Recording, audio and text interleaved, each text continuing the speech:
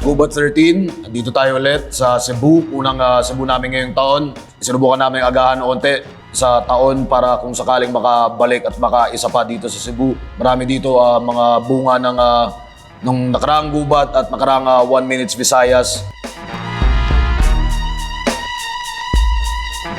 Preparation, logistics challenges. Ganun pa rin, laging pahirapan. Siyempre kahit sa Manila Airport, kahit kailan parang doon mismo yung gubat eh. Gulo talaga. Nagiging mahirap siya dahil siyempre padami ng padami lagi yung lumilipad.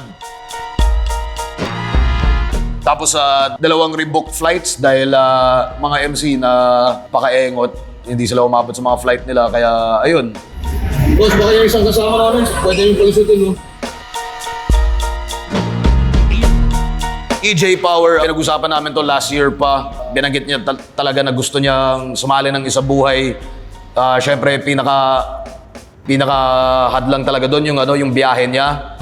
Bali Denver, tapos 2 oras pupuntang San Francisco. Tapos mula San Francisco, 14 hours pupuntang Hong Kong.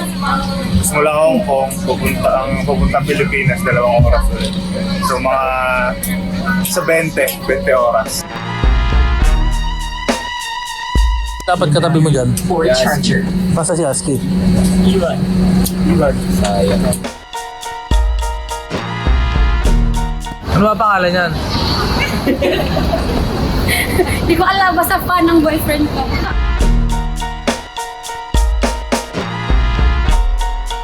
Si Husky nahuli kasi may kakaiba siyang panty na dala eh. Kaya ayun, pinagbawalan siya sumakay. Humingi kami ng tulong sa sabi namin medyo disabled kasi kaya sana may assistance kaso wala, hindi mo bro. Pati yung hotel biglang last minute kailangan i-rebook dahil kagulo-gulo yung mga third party sites. Kaya kahit nasa airport pa lang kami, last minute namin inaasikaso yun. Pero all in a day's work. Kailan po yung rooms na available? Kasi ang hiningi namin is 9. Day 0, medyo kapagod lang talaga yung buong travel, lalo't nga ganun karami. Mostly recovery lang mula sa travel. Follow-up lang sa lahat ng departments, lahat ng mga requirements, lahat ng mga kailangan natin, mga schedules. Tapos relax lang nung day 0. Makapagkita sa lahat ng mga MCs na galing lahat ng mga divisions natin, mga iba't ibang isla ng Visayas. Kwentuhan, syempre para sa ibang lalaban, mabawasan yung nervyos nila para sa laban. Tapos ayun, relax lang.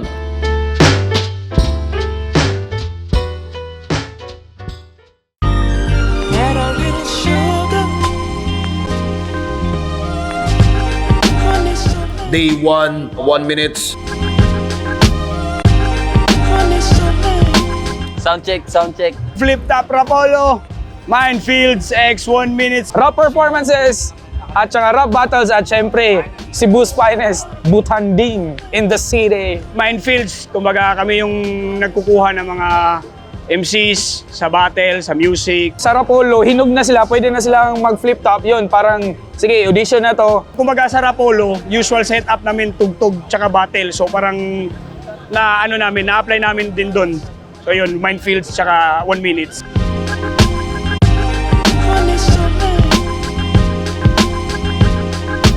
Street food talaga siya.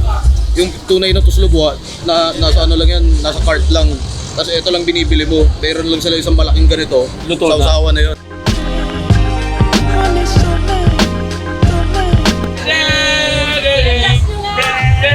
Pastor John Leo, Borneo, graduate, come loaded! The wounds that never heal. Flip top beer.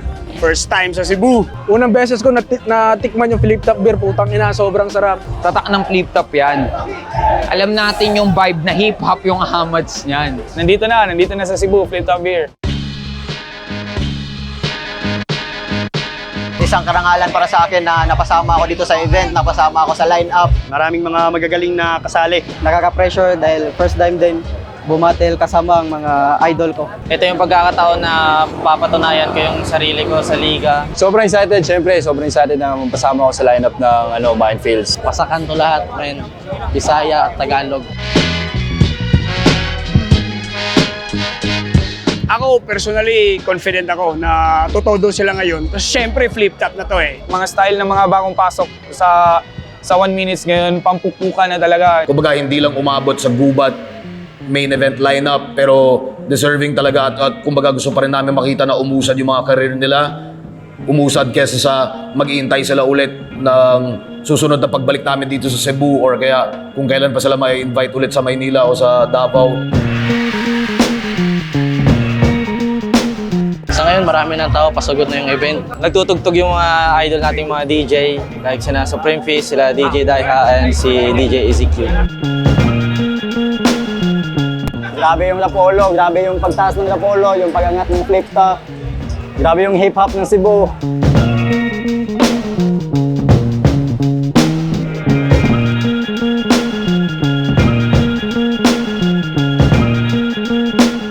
Unang sar ko pa lang ng performance, ang lakas na, parang hinuhugot na ako para magtumugtog na agad, pero kailangan kong maghintay.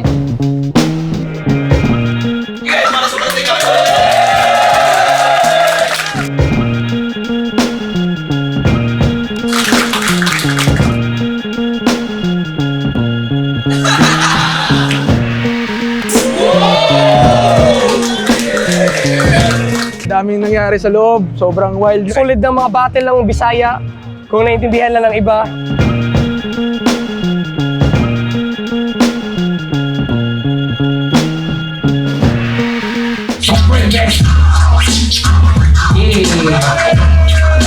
Enjoy naman, sobrang solid yung mga performers, up and coming Cebuano artists sa local scene. At syempre mga up and coming Bisaya rap battle MCs.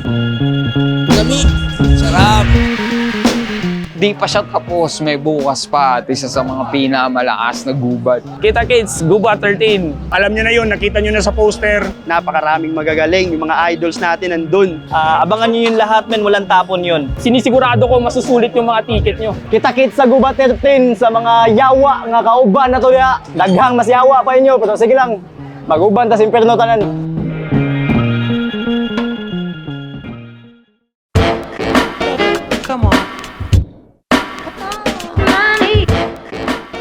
Gubat 13, syempre nandun pa rin yung hinahabol naming vision para ipaglaban talaga yung pagiging Visayas ng Visayas Division. Hindi yung sasabihin namin Visayas Division pero puro Cebu lang pala. Isa sa pinakabago siguro yung mag-feature ulit ng Visaya Conference Battle.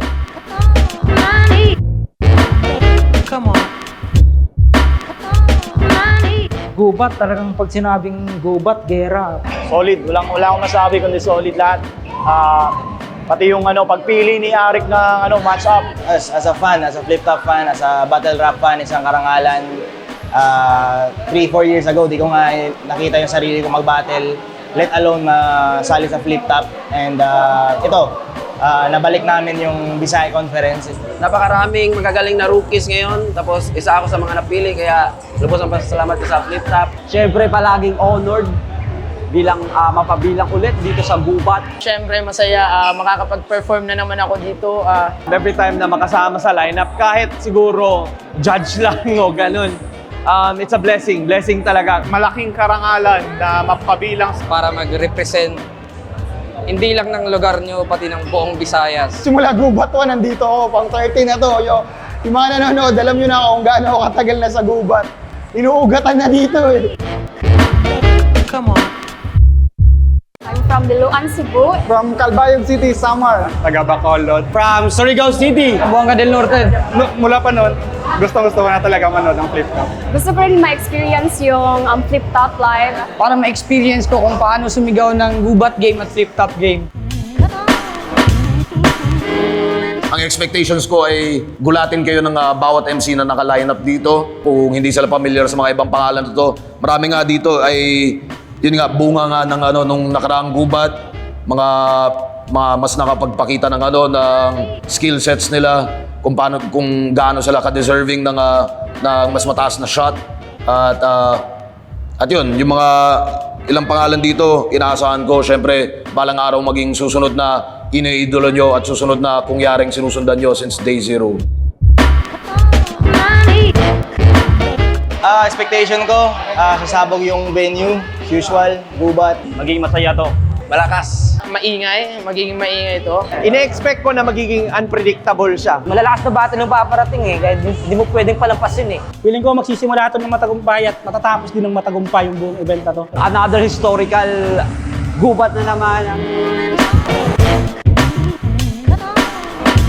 Gubat game! gubat game. Gubat game! Gubat game! Gubat game! Gubat game! Gubat game! Gubat game! Gubat game! Gubat game! Gubat game! Gubat 13 game!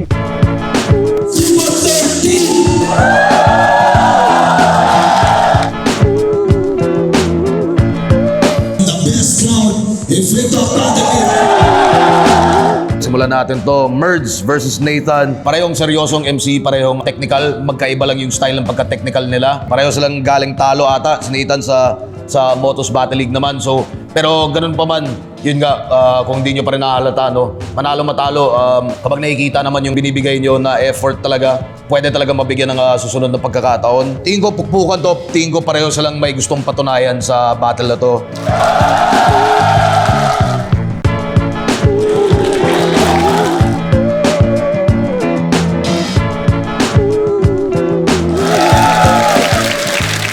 Mimak versus Deadline, pareho rin gutom sila, pareho silang may strength sa flow at delivery. Tingin ko pareho rin silang may gustong patunayan, pareho na silang tenured talaga sa kanilang mga eksena.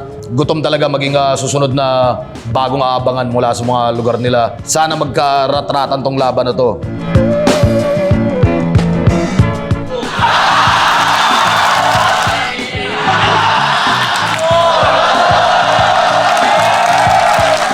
Next, Ban versus Nadnad. Parehong well-rounded, parehong up-and-coming talaga ng mga Cebu talents. Medyo lamang sa gigil at delivery si Ban. Pareho silang may kakaibang pagiging technical din. Parehong may comedy ability din, pero magkaiba rin yung style. Parang labanan para sa Cebu, kumbaga yung gagawin nila dito.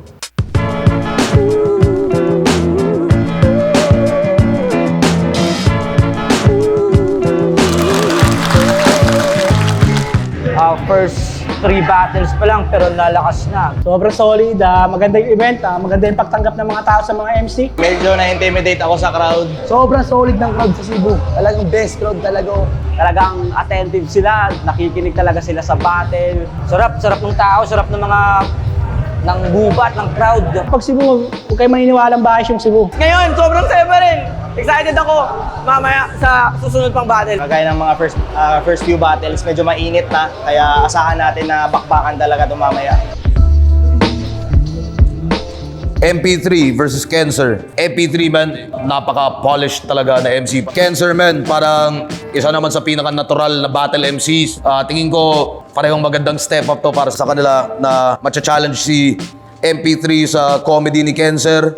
Matcha-challenge naman si Cancer sa pagiging polished, well-roundedness at technical ni MP3 do.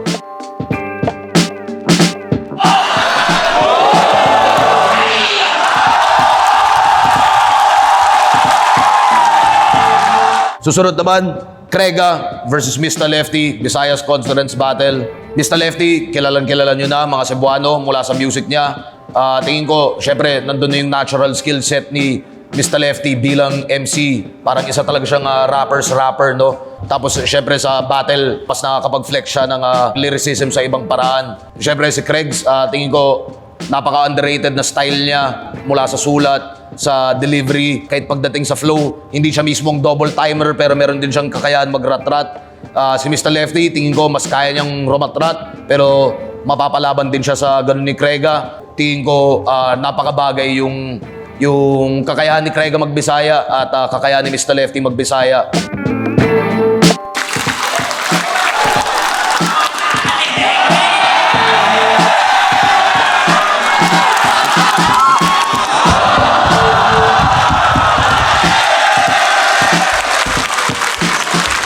Next naman, GL versus JD. GL, palo represent para sa inyo.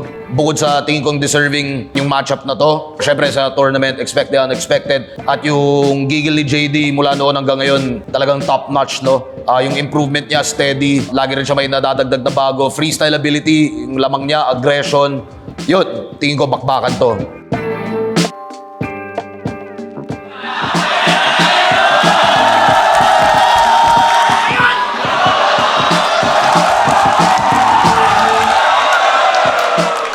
na sobrang solid pa rin talaga kapag flip top, lalo dito sa gubat. Grabe, kakaiba talaga yung gubat na to kasi maraming bago. Solid, may mga haymakers, tsaka room shaker talaga. Nag-aantay na lang sa dalawang huling laban. Chill-chill yung mga tao. Last break to, and then last 2 battles. Isang-isa buhay, tsaka yung main event natin yun. Poison 13 versus EJ Power. Laban ng mga Bataan Boys. Si Poison is a pinaka-prolific, is a pinaka-consistent na napaka-high level niya, no? Para yung effortlessness niya, yung creativity, hindi siya nauubusan kahit gaano karami siyang laban na, hindi siya nagpapabaya. Ganon din kay EJ Power, kahit na matagal siyang nagpahinga sa battle rap, kita nyo naman mula sa ahon, andun pa rin. Nakakabigla na delivery. Kala mo hindi niya kaya mag-double time, biglang magagawa niya. Siyempre yung intonations, marunong siya maglaro nun, which is kaya rin ni Poison 13. Sa comedy, baka lamang si EJ ng konti. Technikalan, lamang si Poison ng konti.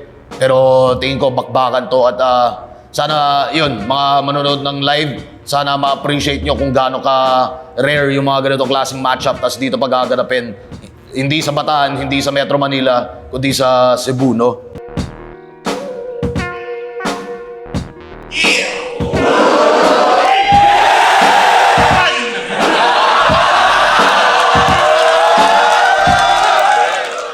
Husky versus Acer. Kita nyo naman, Husky galing na sa buhay finals. Isa pa rin sa pinaka matulin na crowd favorites sa liga. Mapa-komedya, tas sa ahon nakita nyo kung paano rin siya magseryoso.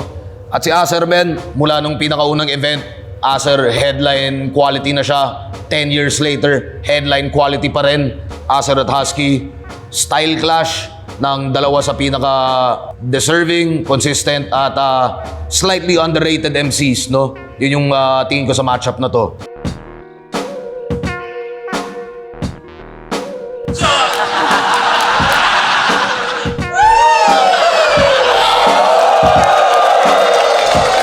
Napakalakas ng gubat kahit yung mga una, pangalawang battle, napaka-solid. Sulit na sulit yung event para sa akin. Walang pangit na battle, lahat solid, sobrang solid, pati yung mga tao, yung energy nila mula simula hanggang dulo. Kung ganun kainit yung pagtanggap ng mga nanonood, gaganahan ka kasi para sa akin gasolina yun. Yung crowd okay, napakasaya. Tsaka Malaking pasasalamat din at malaking na tinatanggap kami ng ganun ng tao. Worth it yung pagbiyahe. Sobrang init ng pagtanggap ng mga Cebuano.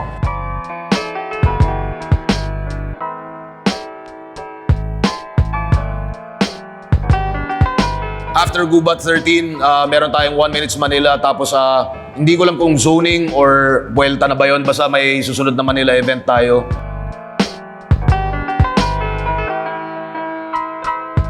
Siyempre, tapos na yung paghihirap.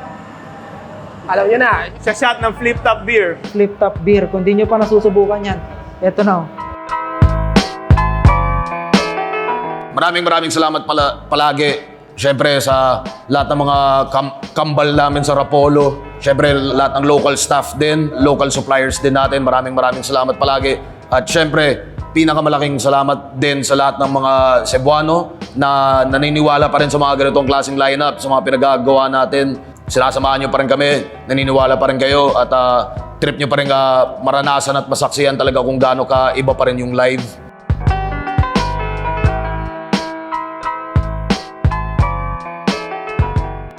Salamat palagi Flip Top sa walang kapagurang paghahanap ng mga bagong iduluhin. Binigyan nyo kami ng opportunity, makapag-showcase ng Bisaya Rap Battle.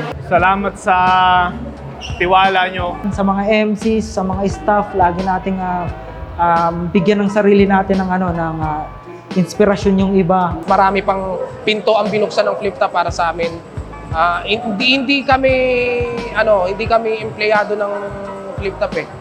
Hindi kami nagtatrabaho sa Flip Top.